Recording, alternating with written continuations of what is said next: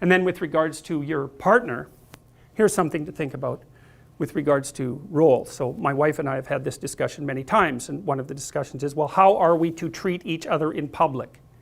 And it isn't, her name is Tammy, the discussion isn't how should Jordan treat Tammy in public or how should Tammy treat Jordan. That's not the discussion. This isn't personal. It's how should a wife treat her husband and how should a husband treat his wife. It's impersonal.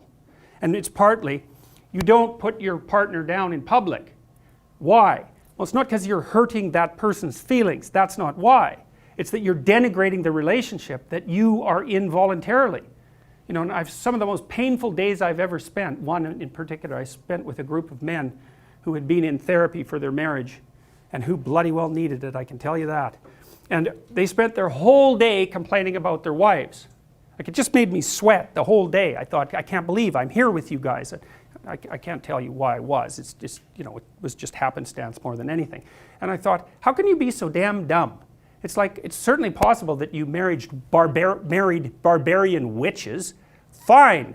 But you don't have, you're so lacking in sense that you would discuss that in public. Not noticing that you picked them. So basically all you're doing is holding up a sign and waving it constantly that says, I'm an idiot, right? And so, well, back to responsibility.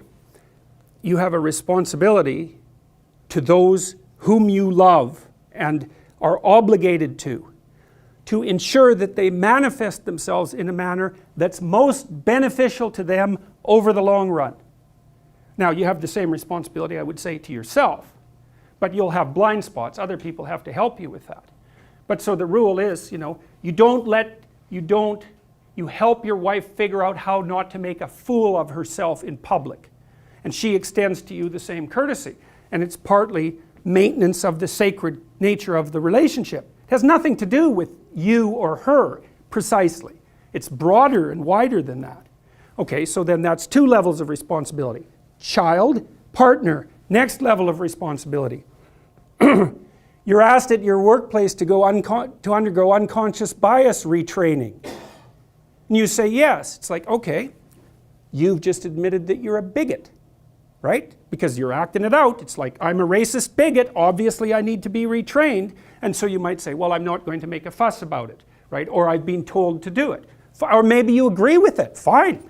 And if you agree with it, no problem. You can make a case for it. I think it's a weak and appalling case, personally, but you can make a case for it. You could say, well, you know, I am interested in my biases and how to rectify them, and like, fair enough, you know, people are biased. But if you object to it and you don't say anything, then you're complicit. And then it's on you. And you know, like, A causes B and C, and B causes C and D, and so forth. The thing it doesn't always, but it has this tendency to expand. And you'll come home angry and upset, and you'll go to the training program and you'll think this is ridiculous, because that is what you'll think in all likelihood, and you won't say anything. But it eats at you. Well, you've abrogated your responsibility.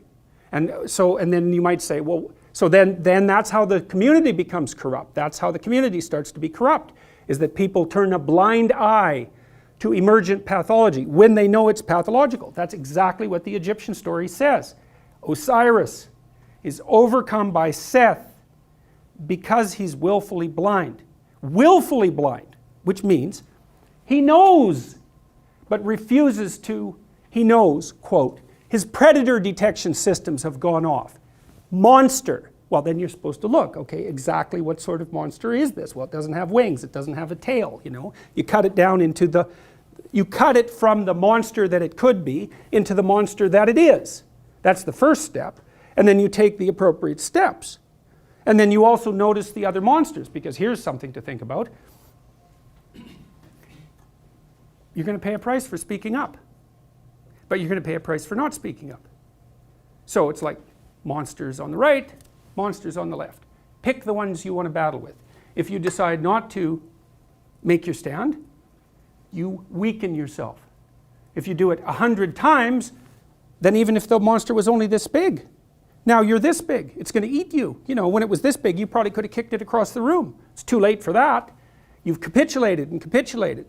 You know, and so what you've done and this is a way to think about it from a Jungian perspective, this is what Jung was trying to get at when he was talking about alchemy. It's like the thing that pops up to object to you is this incredibly complex entity. It's the entire world encapsulated in the event. If you interact with it, you unpack it.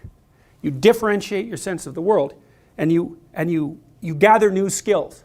Let's say we're having a conversation, and it's flowing melodically, and all of a sudden I say something, and there's a disjunction, right? You're offended by it. There's some negative emotion that comes up, or you know, maybe I've said something to impress you or to be arrogant, and you respond badly. It's like you've got this melodic thing going on. It's a consensual frame, and something pokes itself up to put a disjunction in the conversation. It's like, well, that's where the information is. It's like something went wrong, something didn't work out, I'm not looking at the world properly, or I don't know you well enough, or as well as I thought. There's something there, and if I have any sense, I'm going to focus my attention on that. Like, not obsessively or anything like that, but that's where all the information is. Because as long as what we're doing is working, then we both know enough already. As soon as what we're doing together isn't working, then that's instant evidence that there's something about us that needs to be updated. And you might think, well, that's a terrible thing, and the answer is yes, of course it is. It's a terrible thing, but it's also the thing, and this is the next stage of the development of this, let's call it universal morality. It's like the universal morality might be found in the answer to the question, what should you do when you make a mistake? Now, one answer is catastrophic dissolution.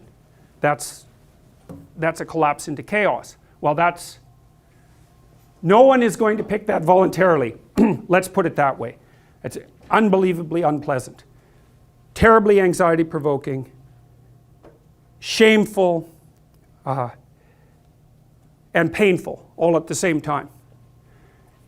Worse, it can mean the absence of positive emotion, because if you really collapse into chaos, not only are you overwhelmed by negative emotion, but the positive emotion system shut off, and that's what happens to someone who's extraordinarily depressed and also hyper anxious at the same time.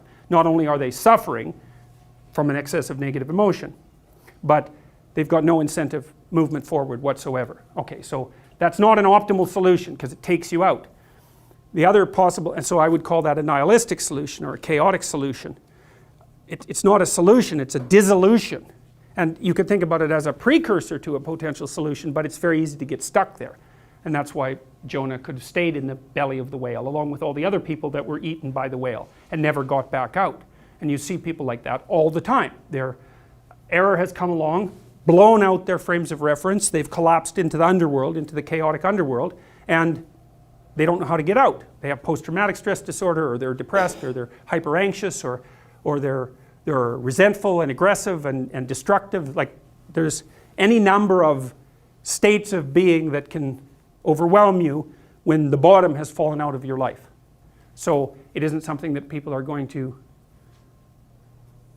it's not an optimal solution, let's put it that way. Well, the other, that's a nihilistic solution, a collapse. The other solution is, we're talking, and I don't get what I want from you, and so I say, you better not do that again. I don't want to see that from you again. And so that's a tyrannical attitude, right? What I'm going to do is I'm going to take my universe of order and its predictions, and I'm going to say, you go along with this, or I'm going to punish you. And now there is an element in society, like society is made up of threats like that to some degree. It's an ineradicable part of society. That would be the tyrannical aspect of the great king, let's say. You know, we've organized a set of punishments and threats that keep each of us in alignment.